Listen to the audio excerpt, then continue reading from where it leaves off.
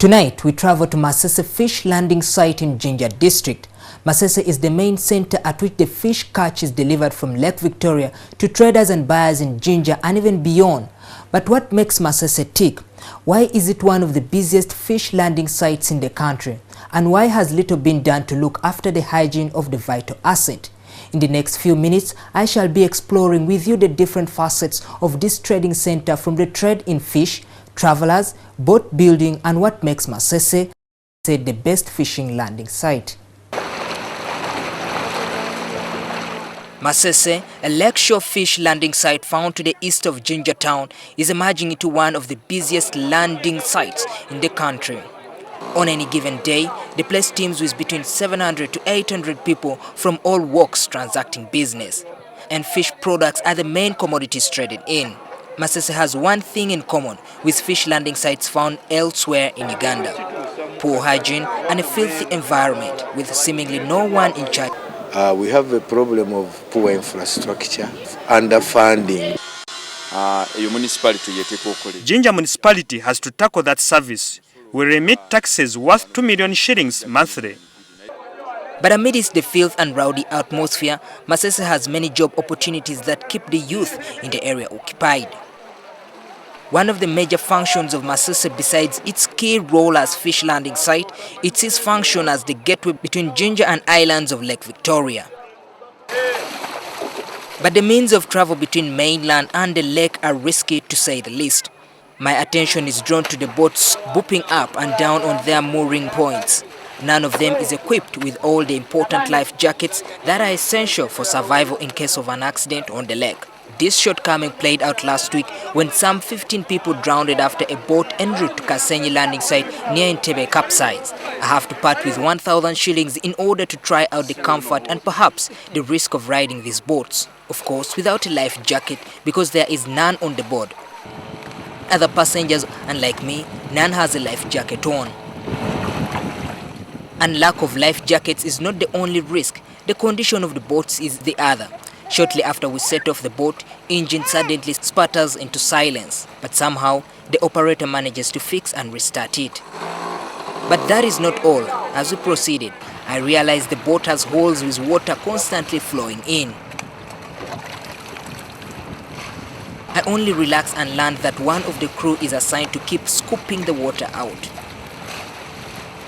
For the passengers who ply the Masese route, this is fairly routine and nothing to worry about. And if anything, the boat we rode was suddenly in a better shape than the rest at the landing site. Masese has no pier or landing site in the actual sense of the word, where passengers planning to sail can board or disembark from the boats. And this has provided an employment opportunity for the youth in the area to carry intending passengers to the boats moored out in the lake for a fee. I can earn 10,000 according to the way jobs are coming. Now, a number of youth in most cases will tend to despise such kind of jobs, but a section of young men that we've talked to here believe and think that this is the best way to go for them. Over the years, the craft of boat making has been established here at Masese to help provide the vessels plying between the islands and the mainland. For instance, this boat here goes for at least 600,000 shillings. I soon learned that there are fish traders here from as far away as Kenya, and they are not happy, claiming that they are exploited because they are not Ugandans. In Kenya, in fact, we don't have enough fish. If they can reduce for us the price so that we can at least get something little for our children.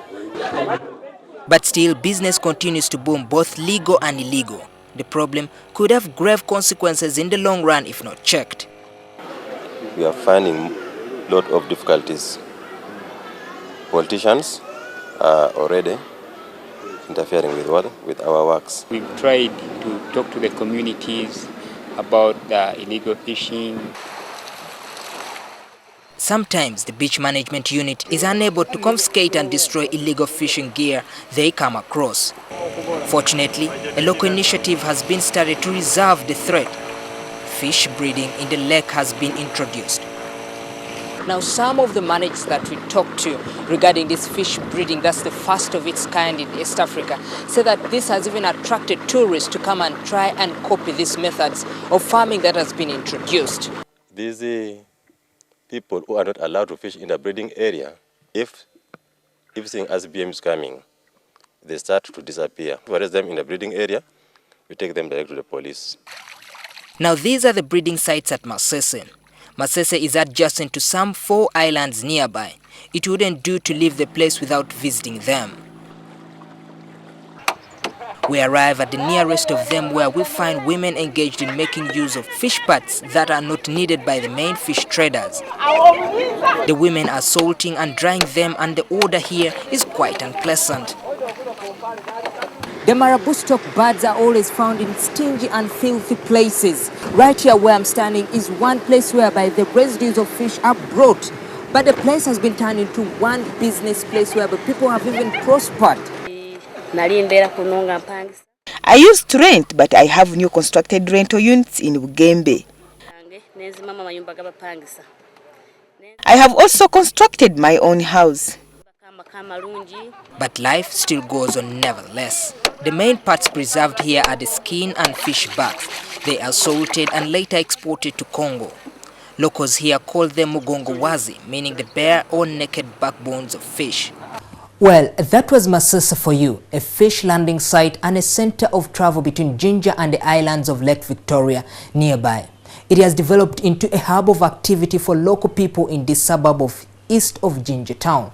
But one wonders how long it will last should the fish in the lake of which it depends for survival ever get depleted.